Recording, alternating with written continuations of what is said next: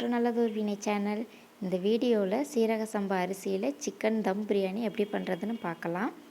3/4 kilo அளவுள்ள சிக்கனை நல்லா க்ளீன் பண்ணி வாஷ் பண்ணி வச்சுருக்கேன். இப்போது இதில் 1 ஸ்பூன் அளவு மிளகாய்த்தூள், 1 ஸ்பூன் இஞ்சி பூண்டு பேஸ்ட், 1 ஸ்பூன் அளவு உப்பு, 1/4 கப்பில் இருந்து 1/2 கப் வரைக்கும் அதிகம் புளிக்காத கெட்டியான தயிர் சேர்த்துக்கலாம். இப்போ இது எல்லாத்தையும் ஒன்று சேர்ந்து வர்ற மாதிரி கைகளால் நல்லா கலந்து விட்டுறலாம். பிரியாணி செய்ய ஸ்டார்ட் பண்ணுறதுக்கு முன்னாடி இந்த வேலையை செஞ்சு வச்சுருங்க. அப்போது தான் சிக்கனில் புளிப்பு காரம் எல்லாமே இறங்கி சூப்பராக இருக்கும் சாப்பிட்றதுக்கு.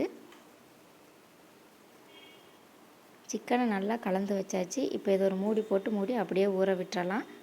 அடுத்ததாக பிரியாணிக்கு மசாலா ரெடி பண்ணணும். அதுக்கு ஒரு மிக்சர் ஜாரில் 1 ஸ்பூன் அளவு சோம்பு, 1 ஸ்பூன் ஜீரகம், 1 ஸ்பூன் மிளகு, ஒரு சின்ன அன்னாசிப்பூ, 4 கிராம்பு, 4 ஏலக்காய், 4 சின்ன துண்டு பட்டை, கல்பாசி, கொஞ்சமாக பிரிஞ்சி இலை, இது எல்லாத்தையும் சேர்த்து நல்லா அரைச்சி எடுத்துகிட்டு வந்துடலாம். இது ஓரமாக இருக்கட்டும். அடுத்ததாக ஒரு கப்பில் 3 கப் அளவுக்கு சீரக சம்பா அரிசி எடுத்துக்கலாம். இதை ஒரு 2 டைம்ஸ் நல்லா வாஷ் பண்ணிவிட்டு ஒரு அரை மணி நேரம் ஊற விட்டுறலாம். பிரியாணி செய்ய ஸ்டார்ட் பண்ணுறதுக்கு முன்னாடி அரிசி நல்லா கழுவி ஊற விட்டுருங்க. குறைஞ்சது 20லேருந்து 30 நிமிஷம் அரிசி நல்லா ஊறி வந்திருக்கணும். அரிசியை கழுவிட்டு ஊற வைங்க, ஊற வச்சுட்டு கழுவாதீங்க. இப்போ இதை தண்ணி ஊற்றி ஊற வச்சிடலாம். அடுத்ததாக ஸ்டவ்வில் ஒரு பிரியாணி பாத்திரம் வச்சுருக்கேன். அதில் 4 ஸ்பூன் அளவுக்கு எண்ணெய் சேர்த்துக்கலாம். எண்ணெய் சூடானதும் 4 வெங்காயத்தை நீல வாக்கில் கட் பண்ணி வச்சுருக்கேன். அதை சேர்த்து நல்லா பொன்னிறம் வர்ற வரைக்கும் வதக்கி எடுத்துக்கலாம். வெங்காயம் நல்லா வதங்கி வந்தால் தான் பிரியாணியோட டேஸ்ட்டும் சூப்பராக இருக்கும்.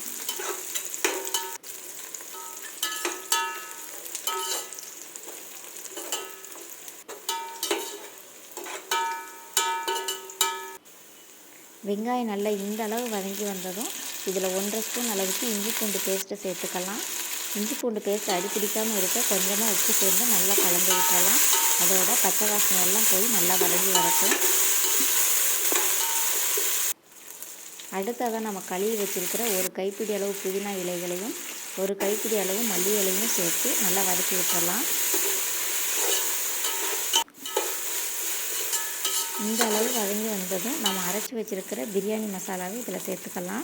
அடுப்பை லோ ஃப்ளேமில் வச்சு மசாலா கரைஞ்சி போயிடணும் நல்லா வதக்கி விட்டுக்கோங்க.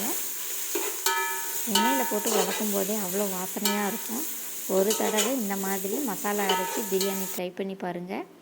அடுத்ததாக ஒரு 3 தக்காளியை நீல வாக்கில் கட் பண்ணி வச்சுருக்கேன். அதை சேர்த்துட்டு அது கூடவே 3 பச்சை மிளகாயும் சேர்த்து நல்லா வதக்கி விட்டுக்கலாம். பிரியாணிக்கு அதிக அளவு தக்காளி சேர்க்கக்கூடாது. தக்காளி நல்லா வதங்கி வந்ததுக்கு அப்புறமா நம்ம மேரினேட் பண்ணி வச்சுருக்கிற சிக்கனை சேர்த்துக்கலாம். அடுப்பை மீடியம் ஃப்ளேம் ஹை ஃப்ளேமு மாற்றி மாற்றி வச்சு சிக்கனை ஒரு பாதி அளவு நல்லா வேக வச்சு எடுத்துக்கலாம். அடிக்கடி நல்லா கிளறி கொடுத்துக்கோங்க.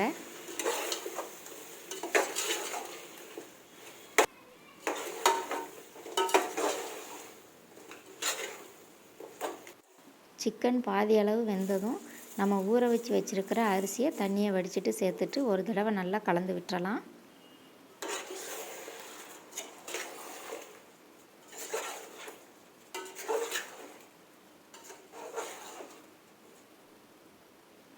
ஒன்றுக்கு 2 அந்த ரேஷியோவில் 6 கப் அளவுக்கு தண்ணி சேர்த்துக்கிறேன். தம் போடுறதுனால 1க்கு 2. குக்கரில் வைக்கிறீங்க அப்படின்னா 1க்கு 1.25 வச்சா போதும். ஸோ இப்போ இதை நல்லா கலந்து விட்டுட்டு ஒரு லெமனை புழிஞ்சு விட்டுக்கலாம். நாம் எப்போ பிரியாணி செஞ்சாலும் உப்பு, உரப்பு, புளிப்பு எல்லாமே ஒரு கல் தூக்கலாக இருக்கணும். அப்போ தான் பிரியாணி வெந்து வரும்போது சாப்பிட்றதுக்கு கரெக்டாக இருக்கும். இப்போது தேவையான அளவு உப்பும் சேர்த்து நல்லா கலந்து விட்டுறலாம்.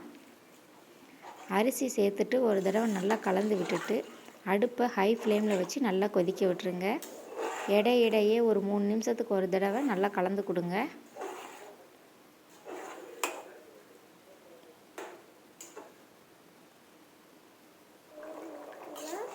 அரிசியும் தண்ணியும் சம அளவு வர்ற வரையிலையும் இடையிடையே கலந்து கொடுத்து அடுப்பை ஹை ஃப்ளேமில் வச்சு நல்லா வேக விட்டுருங்க. அரிசியும் தண்ணியும் ஓரளவு ஒன்றாகி வந்துருச்சு.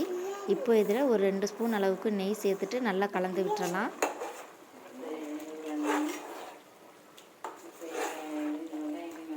இந்த பதம் தான் தம் போடுறதுக்கு சரியான பதம்.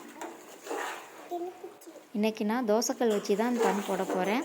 அதுக்கு ஸ்டவ்வில் ஒரு தோசைக்கல் வச்சுக்கலாம். தோசைக்கல் நல்லா சூடானதுக்கப்புறமா பிரியாணி பாத்திரத்தை அதில் தூக்கி வச்சு அரிசியை நல்லா சமப்படுத்தி விட்டுக்கலாம். பிரியாணி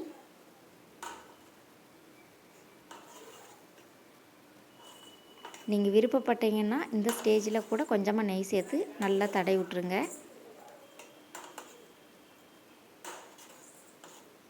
இப்போ இந்த பிரியாணியை ஒரு மூடி போட்டு மூடி மேலே ஒரு வெயிட் வச்சு அடுப்பு லோ ஃப்ளேமில் வச்சு ஒரு 15லேருந்து 20 நிமிஷத்துக்கு அப்படியே விட்டுருங்க. 20 நிமிஷத்துக்கு அப்புறமா ஒரு 10 நிமிஷம் அப்படியே விட்டுட்டு அடுத்ததை நாம் தம்மை உடைக்கலாம். நீங்கள் எப்போ பிரியாணி பண்ணாலும் ஒரு ஷார்ப்பான கரண்டியை வச்சு இந்த மாதிரி ஓரங்களில் இருந்து ஃபஸ்ட்டு மிக்ஸ் பண்ணி விடணும்.